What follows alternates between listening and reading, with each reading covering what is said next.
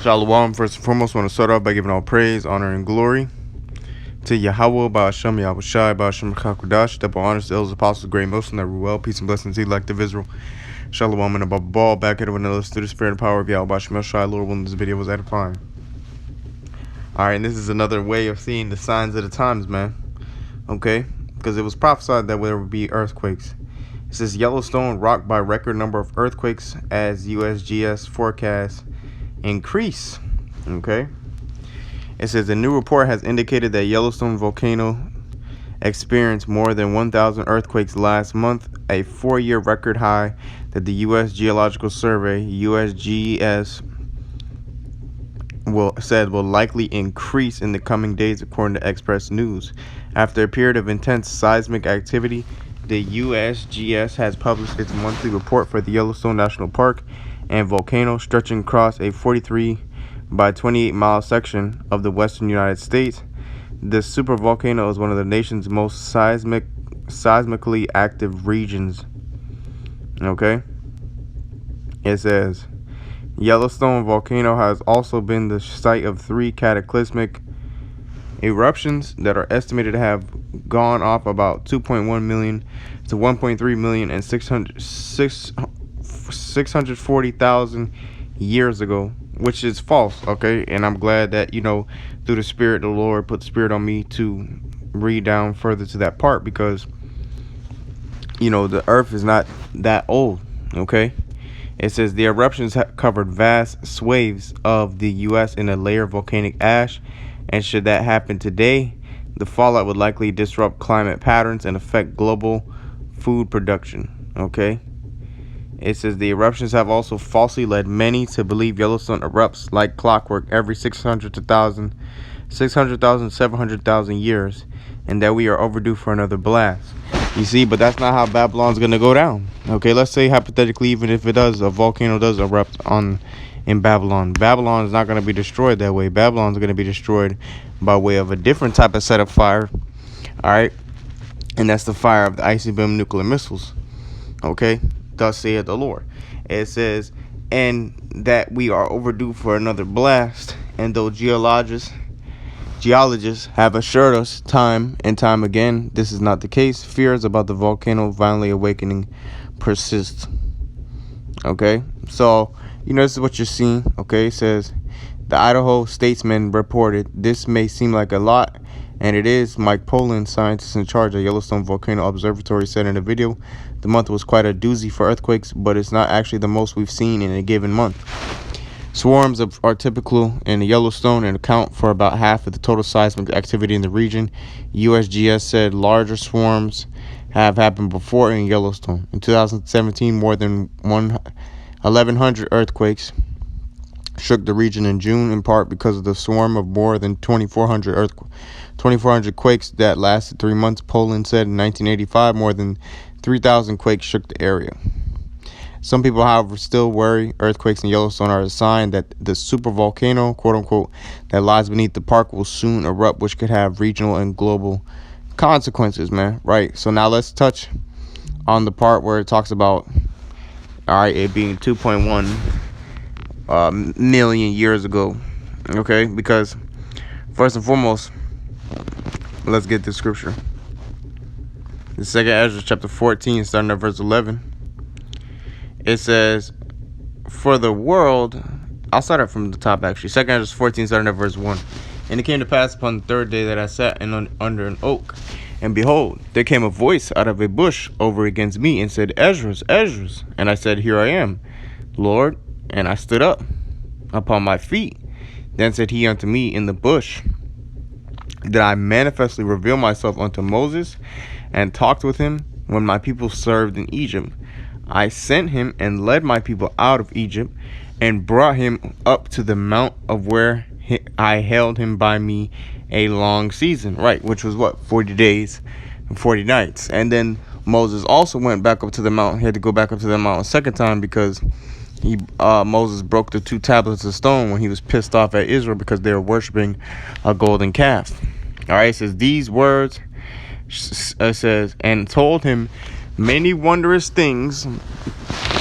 Okay, it says, and shewed him the secrets of the times and the end, and commanded him, saying, these words shalt thou declare, and these words shalt thou hide. All right. So now the point that I wanted to get was what he said, what, and told him many wondrous things, and shewed him the secrets of the times, man, and the end.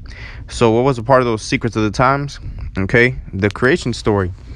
Because Moses, when you go into it, all right, when you go into the book of Genesis, you know, the first 5 books, Deuteronomy, Genesis, you know, Exodus, Leviticus, Numbers, so on and so forth. All right, they have to do with Moses. Moses has to do with those books being put together. Okay, and then when you read Genesis, the first chapter, what does it say? All right, it talks about how the Elohim, which is the powers, you know, had the creation story. And when you go into it, it was what, altogether 7 days. Okay, it was the Genesis 1:31. It says, and the power saw that everything that they had made, and behold, it was very good. And the evening and the morning were the 6th day. But that 6th day really represents 6,000 years. Okay, because each day represented 1,000 years. All right, because that's the time frame, all right, for the Heavenly Father in the heavens. Okay, 1,000 years is as 1 day. Okay, so this Genesis 2:1, thus the heavens and the earth were finished, and all the host of them. And on the 7th day, which is the 7,000 year, the Elohim, or the powers, ended their work which they had made, and they rested on the 7th day from all their works which they had made. Okay, yeah, so the 7,000 year.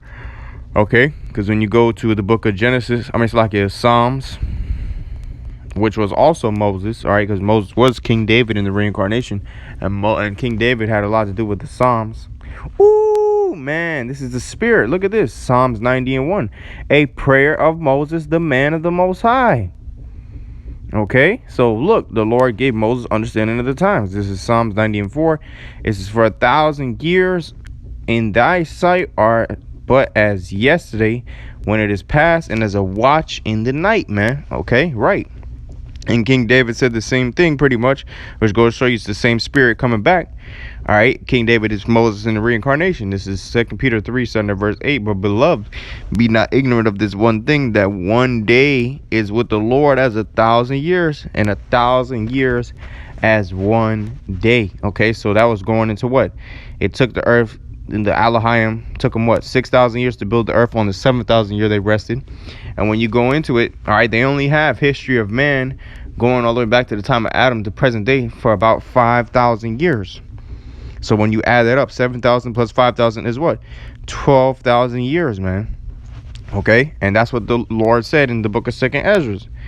Okay, so he gave Moses, you know, understanding of the times. But what does it also say? 2nd Ezra 12.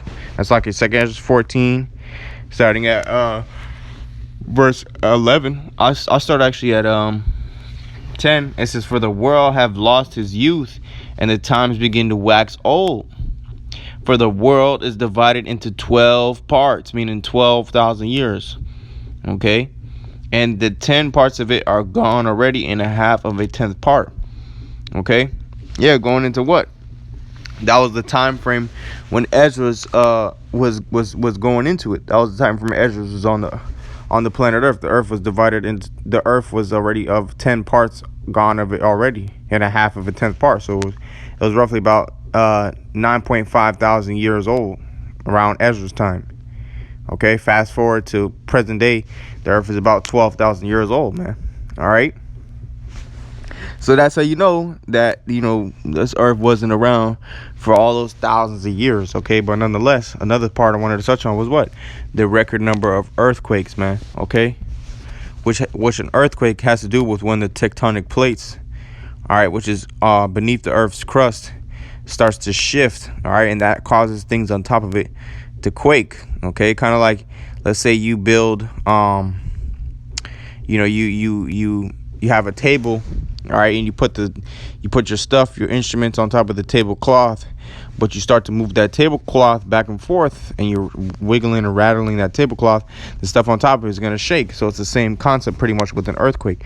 All right, and this is biblical prophecy. The Lord told us that these things will happen, all right, in the end. Okay, and guess what?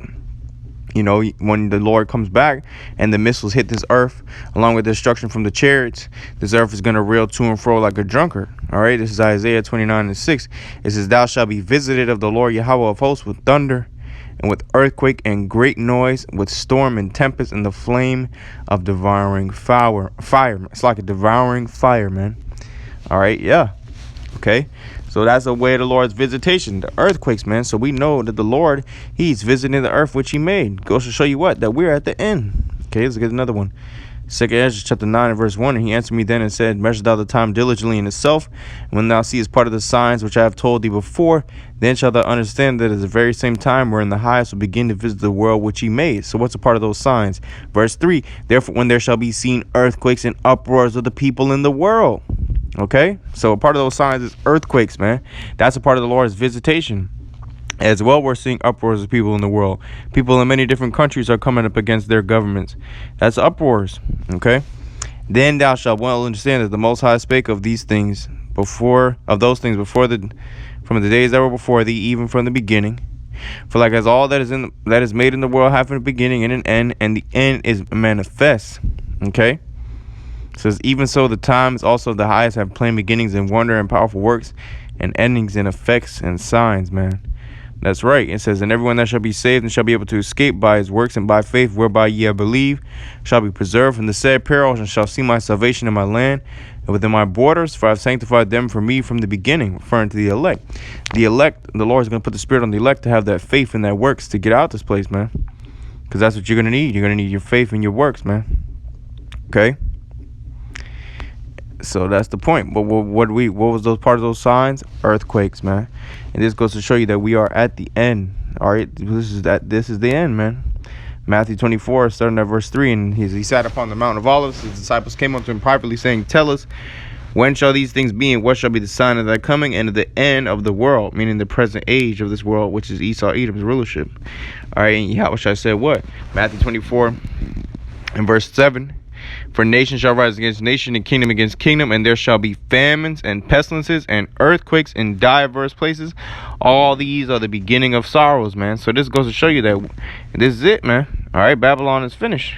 Okay, we're at the end of this place. Mark chapter 13, starting at verse 8. It says, "For nation shall rise against nation, and kingdom against kingdom, and there shall be earthquakes in diverse places, and there shall be famines and troubles. These are the beginnings of sorrows," man. That's right. Okay, you get another one. Book of Luke.